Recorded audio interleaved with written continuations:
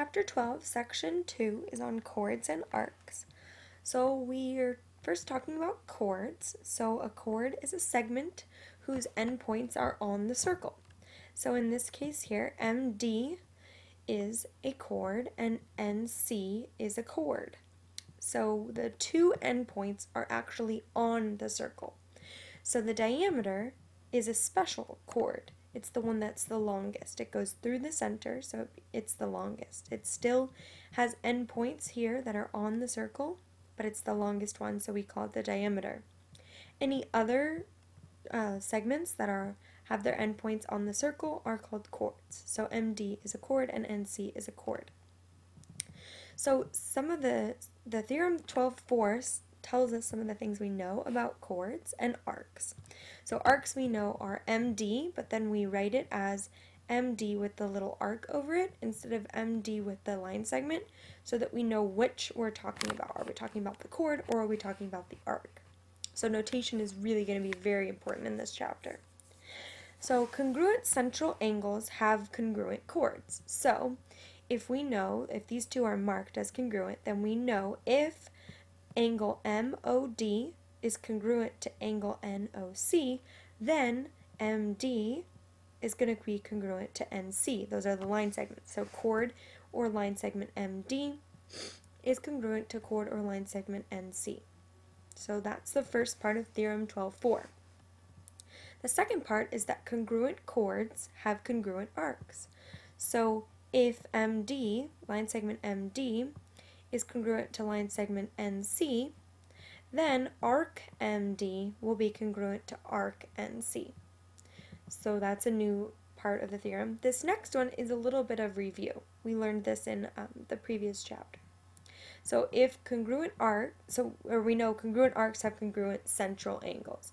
So MD, arc MD here, is congruent to arc NC, then this angle MOD is congruent to angle NOC. So that's something that we knew, that if this is 50, then this arc is 50, and if this is 50, then this arc is 50, so we would be able to figure out that this is true. And as you can see, these are converses here, the first and the last. Okay, and then we have in Theorem 12.5, so this can be in the same circle or in congruent circles. So if we had congruent circles and it said it was congruent circles, then these things would also be true. So we have chords that are equidistant from the center. So equidistant means the same. They have the same distance here. So this distance is the same as this distance. So x and y are equidistant from this point O. So if these chords are equidistant from the center, then they are congruent. So what this says, that if OX, that's this line segment here, is equal to OY, if they're equidistant, then line segment or chord AB will be congruent to line segment or chord DC. And the converse of that is that if we know that AB, line segment here, AB, which is a chord, and line segment DC are congruent, then we'll know that OX here is equal to OY. So that measure here. So if it said 3 here, then it would also be 3 here. So let's look at an example here. So we have this picture here. It tells us that this length here is 5 and this is 5. So that means that these are equidistant from the center O, which means then that this chord here is congruent to this chord. That's what we saw right up here. So if we know that this is 7 and these are congruent, then we have this as 7 as well. So we have 7 plus 7, that gives us 14. So since this chord is congruent to this chord because they're equidistant from the center, then we know that x is equal to 14. So a few more theorems about chords. We have that in a circle, a diameter that is perpendicular to a chord will bisect that chord. So let's say this is a diameter here, CD, but actually it would go all the way to the end here. So we'd say we'd continue it, then it would bisect this chord AB. Now in a circle, a diameter that bisects a chord making sure it's not another diameter, it will be also perpendicular to the chord. So this would be, this diameter, if it were continued, would bisect AB and then also be perpendicular. So this would be true here. But it's important that this is not another diameter. So a counterexample here would be if it was another diameter, this AB and CD, this would bisect it, but it would not be perpendicular. So it's important that AB be closer down here and be not a diameter. It wouldn't pass through the center. It would be just a chord AB. Then it would have to be perpendicular for it to bisect. So it would be bisecting, and then it would also be perpendicular with a diameter intersecting a chord. So in a circle, the perpendicular bisector of the chord contains the center of the circle. So this is a good picture of that. So if we have AB and it's the perpendicular bisector, so that means that AB is bisected, so this part, AC, is congruent to CB, then the center of this circle will have to be somewhere on this line here. That's what that theorem is saying. So it's saying that this must go through the center, which means that it must be a diameter. So those are 3 more theorems about chords. So here's an example that we would need to find the value of x. So that's here. It's not quite a radius. It's from the center just to the chord. It's perpendicular to the chord. That's given. Then it tells us that the chord's length is 16. So since this is perpendicular, we know that it's also bisected here. So these two are congruent, which means that they're each 8. And then this radius, it tells us, is 14. And so from this point to the edge of the circle is also a radius, so we also know that it's 14. So in order to find x, which is this length here, we can just use the Pythagorean theorem. So we've redrawn this triangle over here to have x be right here, then 8 is the bottom, so x and 8 are the legs, and then the hypotenuse is 14. When we do that, we get 2 root 33 once we simplify the radical, and then that's approximately 11.5. Let's look at a few more examples.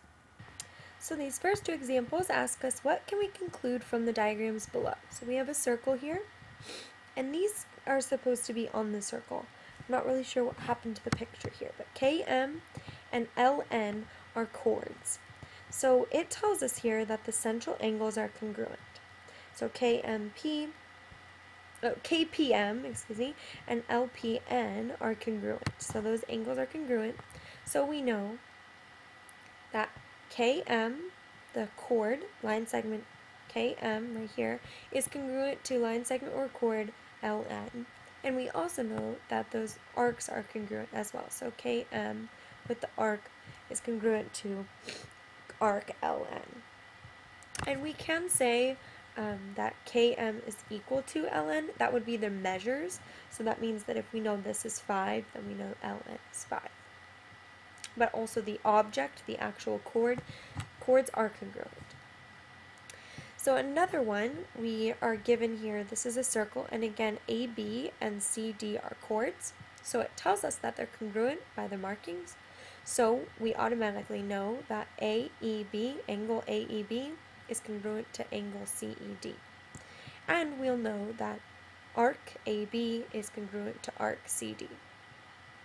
So we need to remember from last chapter that the measure of an arc, or I think it was in the chapter before, the measure of the central arc, the arc here, AB, is equal to the measure of the central angle. So we knew before that if this is 30 degrees, then this arc here will be 30 degrees. So here, the next example, we need to find the value of x. That's here. So since this is perpendicular, then we know that it's bisected. This chord is bisected. So this length here is 4 because when we just split 8 in half. So we have this picture. We've just redrawn this here. It's a 3, 4, 5 triangle. This is a special type of triangle that we know the relationship on. You can use the Pythagorean theorem to find it, and you will get that x equals 3 if you do x squared plus 4 squared equals 5 squared. So But if you can recognize that this is a special right triangle 3, 4, 5, then you can just use that. So here on number 4, it tells us that this arc measure is 120. We need to find the length of this chord. So in order to do that, we need to use what we know about special right triangles. So here we know that if this arc, the measure of this arc is 120, then the central angle is 120. So we can split that, what we've done over here is we split that in half to make a 30, 60, 90 triangle right here. And we know that the hypotenuse is 12, so across from the 30-degree angle will be 6, and that's our x. Or some of you say s. So s, or x, then across from the 60-degree angle we have x root 3, or s root 3. So if we have this length as 6 root 3 and this length as 6 root 3, when we add those together, we get 12 root 3. So the length here is x, and it was the length of the chord. So the length of the chord is 12 root 3. I'm not sure why there's a question mark next to this. I didn't mean for it to be there. But on this one, it's asking for x, which is a radius in this case. It goes from the center to the outside of the circle. It gives us that this chord length is 20, and then it tells us here that it's that it has a perpendicular, which means that it's bisected. So this is 10, and this is also 10. And it tells us that this arc measure here is 86. So we know that the corresponding central angle here across from it is going to be 86 degrees. Using what we know about supplementary angles, we know that this is all 180. So we know here, left over, we have 180 minus 86, which gives us 94. But we just want to know one of these angles, so we just need to divide by 2, and we get 47. So the measure of this angle here, that the arrow is pointing to, is 47 degrees. Then, since this is a right triangle here, we want to find the measure of x, which is the hypotenuse of our right triangle. We have the opposite side, 10, and the hypotenuse, x, so we use sine of 47 degrees equals 10 over x. We solve for x and we get 10 divided by sine of 47 degrees, and we get that it's approximately 13.7. So then over here we have our final example. So we have, again, x is a chord. So a chord is a segment with endpoints that are on the circle. So it's a chord here. From here, the center to the outside of the circle is the radius. This is the same length. It's also from the center to the outside of the circle, so we also know that's 3.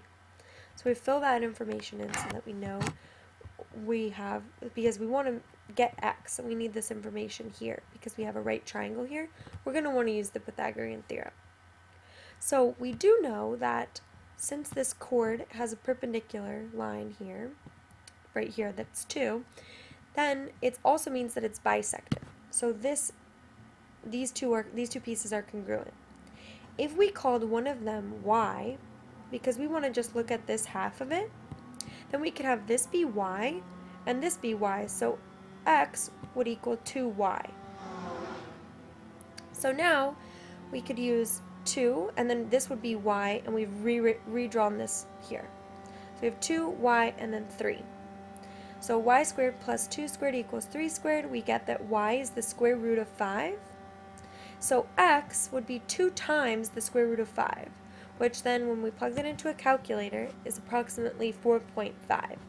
So our value of x is approximately 4.5. Hope this helped. Again, any feedback you have is great. Let me know. Thanks.